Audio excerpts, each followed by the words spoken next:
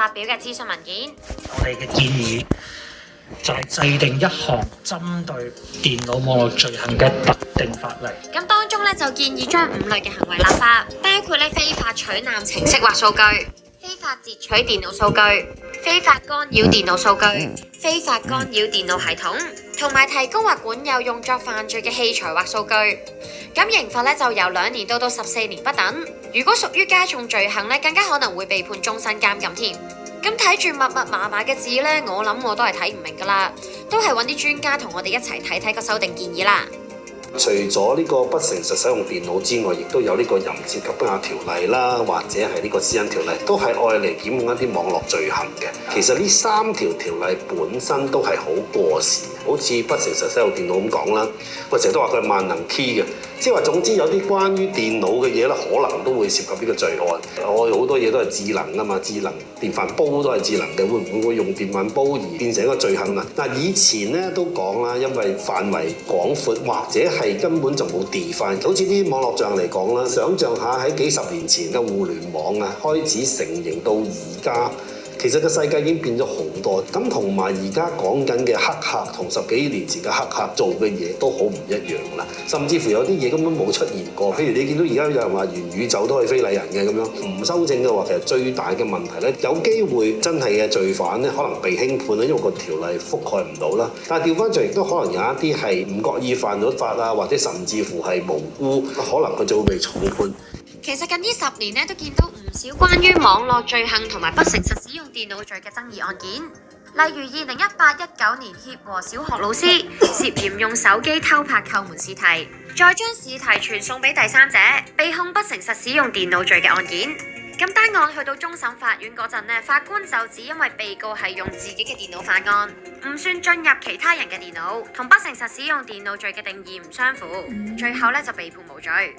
雖然呢，唔少專家都認為有需要修訂有關電腦罪行嘅條例，但就覺得今次修訂咧最關鍵亦都最具爭議性嘅部分，就係字眼上嘅定義問題。今次嘅修訂啦，其實佢係想電腦罪行分成5樣，裝置上啊、數據上，其實個門檻係可以好闊嘅。譬如話啲數據，我哋一般就講 primary 或者係 raw data 啦，係一啲電腦上嘅日誌啦，又或者係啲顧客嘅行為記錄啦、電話記錄啦，又或者係互聯網我哋日常見到嘅，可能我哋俗稱嘅個人 index 咧，點知相對嚟講比較未經處理數據就叫原數據。假設接觸到原數據產生出嚟數據，都會有好多灰色地帶嘅，其實係好難去判斷，因為專業人士都唔係好肯定去判斷一個數據係咪原數據嘅時候，更加何況坐喺部電腦面前係咁以上嘅 Facebook 或者討論區嘅網民。第二嘅就係嘗試定義翻點為止合法或者唔合法存取，其實好多灰色地帶嘅，因為有啲檔案其實係唔需要密碼已經存取到嘅數據，譬如話公用嘅數據咁樣，又或者係第三方其實佢又冇寫到明你唔用得，但係你又冇做好加密，當事人係未必有權利去掂到嘅。喺呢個過程上裏邊，佢係唔需要用任何黑客程式去攞到數據，但係喺法律條文又或者係個版權上邊，其實佢係未必有直接權利嘅時候，係咪都要將佢列入為一個電腦罪行呢？ Francis 亦都話咧，如果定義得唔好，有時我哋而家覺得好平常，成日用嘅嘢咧都有機會可能會誤入法網。例如市民咧以往用嚟搶演唱會飛嘅 App 同埋程式，好多人用呢啲程式咧都淨係以為係俾錢買服務。但呢啲 app 咧，其實係用一種類似 DDoS 嘅形式，一次性咁開好多個視窗，嘗試登入網站同埋搶飛。在於網站嘅角度，呢類程式咧就會類似係網絡攻擊。咁到時如果網站報警咧，用完服務嘅市民都有可能會被控攻擊網站。咁但係其實除咗一般嘅市民咧，一啲做開網絡保安嘅專家都可能不自覺就會踩入門檻之中。咁其實對於我哋嚟講，我哋係分析病毒嘅。我攞住咗呢件病毒，好容易喺上面下載，即係喺我哋軟件揾漏洞嘅範圍咧，呢啲好正常嘅事嚟。揾到漏洞話翻俾你聽，我哋唔係愛嚟做勒索，唔係愛嚟兜生意。不嬲做咁多義工咧，報咗好多漏洞咧，都唔會要求有咩，只不過希望可以修補。呢啲訪問都講過，我見到隻袋開咗，我想話翻俾佢聽。我翻轉頭就話：點解做咩睇我個袋咧？究竟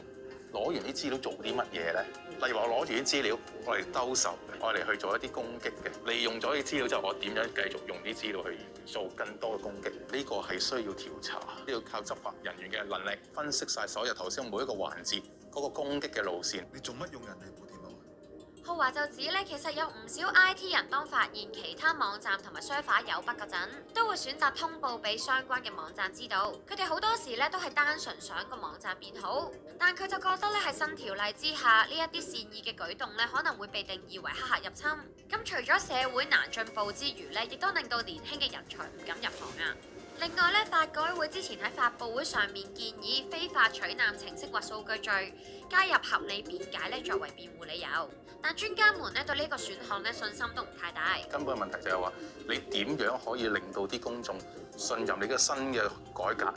新嘅 consultation 唔會濫用，每個範疇要清楚，唔需要好繁忙啦，將個 Apps 改一改。香港亦都冇呢啲咁嘅罪犯，嗰啲罪犯通常喺東歐啊同埋喺內地，但係本地嗰啲，所有大眾嘅疑慮去消除嘅時候，唔係因為你就算嗰單案。早前就指今次嘅修訂咧係參考咗英國、美國、新加坡、內地等7個司法管轄區嘅法律。咁問到咧今次修訂同埋其他地方嘅法律嘅分別，佢哋就覺得咧分別係在於寫得清楚與否。一啲好嚴重嗰啲罪行，頭先我講嗰啲係叫做勒索軟件啊嗰啲咧，根本我都見唔到有入罪過。香港亦都冇呢啲咁嘅罪犯，嗰啲罪犯通常喺東歐啊同埋喺內地，但係本地嗰啲咧就話好嚴重嘅咧，我又唔係好見。例如網絡攻擊啦，跟住可能話去令到網站好繁忙啦，將個 Apps 改一改抽獎啦。外國咧係會專登睇翻你嗰個目的同埋你個行為做咗啲乜嘢，而唔係純粹干涉咗個範圍其中一樣嘢啦，就已經可以好容易就幫你入罪，幫你套個帽子落去。歐洲嘅標準咧都講明第5樣嘢咧係有爭議性嘅，要執行上要好小心嘅。第5樣嘢咧係要同頭4樣個範圍係要有關係嘅，唔可以話獨立抽第5樣嘢出嚟講嘅。第5樣單獨攞出嚟講就係管有裝置啊嘛，咁然之後佢個建議書就係想講，基本上所有電腦裝置都計埋在嘅時候，大家都覺得好誇張，但係一個邏輯上大家要思考嘅問題就係，假設你個路由器真係有啲病毒，或者係中間可能你不幸地自己中咗病毒，成為一個攻擊嘅中轉站。第一就係喂，你嗰個 router 或者你個路由器或者你其他電腦裝置計唔計個裝置嗰個定義度咧？如果係嘅，基本上你都有機會成為受檢控嘅對象。第二就係隔離樓下電腦鋪賣嗰啲裝置俾你，又計唔計咧？咁所以點解要將第5點管有去論埋非法入取啊？又或者係嗰啲定義上或者個意圖上嘅問題，就係話其實係唔應該將所有裝置或者係冇前嗰4樣有關嘅裝置定義埋咗落。而 Francis 咧就覺得分別在於佢哋嘅司法管轄權。最大嘅分別咧就係司法管轄範圍啦，受害者可能就喺香港，但係個犯法嗰個人咧可能喺雲端喎，佢哋會覺得咧而家嗰個司法管轄權咧就需要係會廣泛啲，因為好多嘢都擺上雲端啦，咁所以就有需要咧將嗰個司法管轄權咧就伸延到去外地啊，就同其他國家可能如果用普通法嚟講，可能就唔係好一樣。司法管轄權咧就係喺翻嗰個自己國家入面，咁如果佢要需要通緝一個外地嘅犯人咧，可能就需要經過譬如國際刑警啦。咁呢個條例修改咗之後，因為呢個條例有人犯咗法咧，就可以通緝一個海外嘅罪犯。而家香港呢一個做出嚟就係有咁啊司法管轄權咧，就佢可以去通緝一個喺海外嘅人士。咁當然啦，能唔能夠執法，可唔可以引導佢翻嚟就另一個問題啦。呢個條例除咗需要諮詢啦，其實到最後咧，真係要即係當諮詢完咗之後咧，其實係政府係需要更多時間去解説俾啲市民知道究竟乜嘢係為之合法，咩為之犯法。佢有一個互聯網日誌，就覺得佢同電腦病毒有關係，然之後你見到佢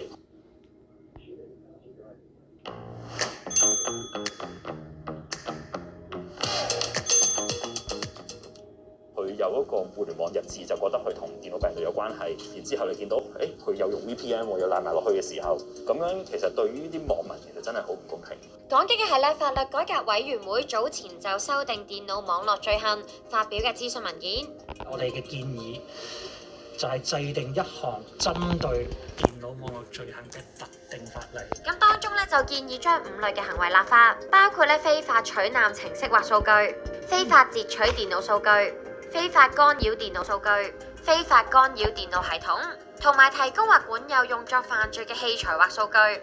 咁刑罰咧就由2年到14年不等。如果屬於加重罪行咧，更加可能會被判終身監禁添。咁睇住密密麻麻嘅字呢，我諗我都係睇